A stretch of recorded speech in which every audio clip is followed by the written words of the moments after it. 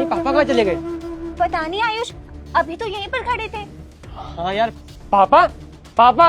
आयुष एक काम करते हैं, तुम वहाँ देखो, मैं यहाँ देखती हूँ। ठीक है। हाँ भाई।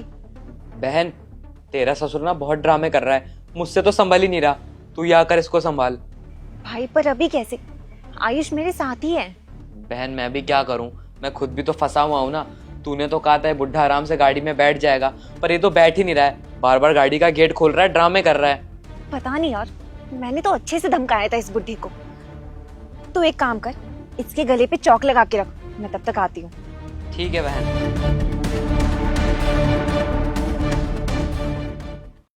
पापा पापा।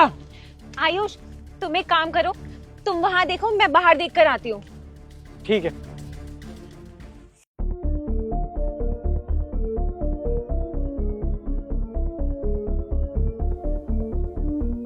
हेलो भाई तूने ये किस घर की लोकेशन दे रखी है मेरे को?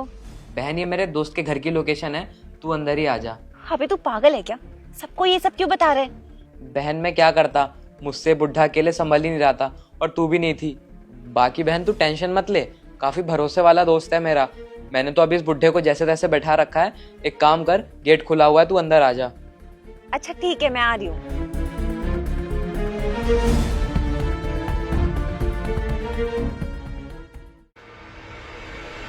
क्या है बे बुढ़े, जब तुझे बोला था कि शांति से जाकर बैठ जाइयो तो बैठा क्यों नहीं?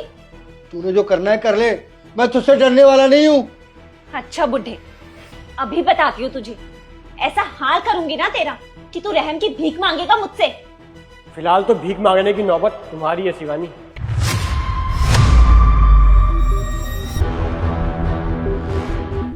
आयुष तुम यहाँ कैसे, और तुम्हें किसने बुलाया? मैंने, और ये घर भी मेरा ही है। इतना परेशान मत हो शिवानी, मैं जानता हूँ अच्छे से कि इस समय तुम कुछ भी सोच समझ नहीं पा रही हो कि ये सब चल क्या रहा है। मैं बताता हूँ। बेटा, मैं तुझसे कुछ कहना चाहता हूँ। मैं जानता हूँ तू मेरी बात पर विश्वास नहीं करेगा, क्योंकि तुझसे बहुत प्यार करता है। दूसरा, वो संस्कारी बहू बनने का ढोंग जो करती है, लेकिन सच मान बेटा, वो आज अपने भाई के साथ मिलकर मुझे मंदिर से किडनैप करने की योजना बना चुकी है। बेटा उसका प्लान तैयार है। तुझे विश्वास नहीं हो ना, एक बार जब मंदिर में हाथ जोड़ रहे हो तो चुपके से आँख खोलकर देख लेना, सच तेरे सामने आ जाएगा बेटा। और जो तुम्हारे भाई से बात हुई है ना, वो भी मैंने ही बोलने के लिए बोला था उसे। क्या हुआ शिवानी, पैरों तले जमीन खिसक गई ना? अब चुप क्यों खड़ी हो? बताओगी मुझे कि ये सब क्यों करा तुमने? तो मैं और क्या करती? जब से तुमने मेरे और पापा जी के गांव में रहने वाली बात करी है ना, तब से मेरा दिमाग खराब हो गया था। शिवानी, आज मैं डॉक्टर के पास गया था। उन्होंने बोला पापा की तबीयत बहुत ख़राब है और दिल्ली के पोल्यूशन में रहना उनका बिल्कुल सेफ नहीं है। अब मेरा तो सारा काम यहीं से है, तो मैं क्या सोच रहा था कि तुम पापा के साथ गांव चले जाओ कुछ टाइम के लिए। पापा गांव में ताज़ी हवा खाएंगे तो उनकी तबीयत ठीक रहेगी, वरना यहाँ उनका दम घुटता है। लेकिन आयुष, मैं गांव में कैसे रहूंगी? और तुम तो अच्छे से जानते हो ना कि बचपन से लेकर आज तक मैं कभी भी एक दिन भी गांव में नहीं रुकी हूँ, और वहाँ पे गैस भी नहीं होती है, तो मैं खाना कैसे बनाऊंगी? ना नहाने के लिए गीजर होगा, गर्म पानी होगा, बहुत मुश्किल होगा यार वहाँ पे मैनेज करना। मैं नहीं रह पाऊंगी गाँव में जाकर। यार शिवानी, जिंदगी भर के लिए थोड़ी रहना है, मैं भी तो मैनेज कर ही रहा हूँ ना। पापा की तबीयत के लिए थोड़ा सैक्रिफाइस तो करना ही पड़ेगा। अब देखो, मैं भी यहाँ अकेले खाऊंगा बनाऊंगा। टिकट कराता हूँ तुम्हारी। तू टेंशन क्यों लेती है बहन, उस बुढ़े को रास्ते से गायब कर देते हैं ना। क्या बोल रहे भाई? देख, तुम लोग ना मंदिर के बहाने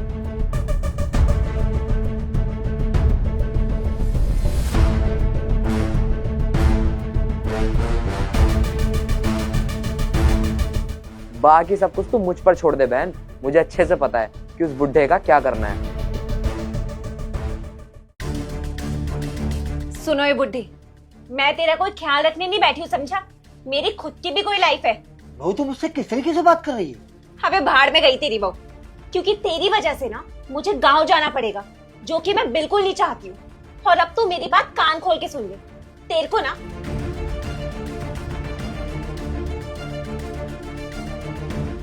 जैसा जैसा मैंने समझाया है ना, बिल्कुल वैसा ही करियो, वरना तू अच्छे से जानता है कि तेरा बेटा तुझसे ज्यादा मुझ पे विश्वास करता है। ऐसी चाल चलूंगी ना तेरे खिलाफ कि तुझे खुद अपने हाथों से धक्के मारकर घर से बाहर निकालेगा। तो तेरे लिए बेहतर यही होगा कि शांति से मेरी बात माने, समझा?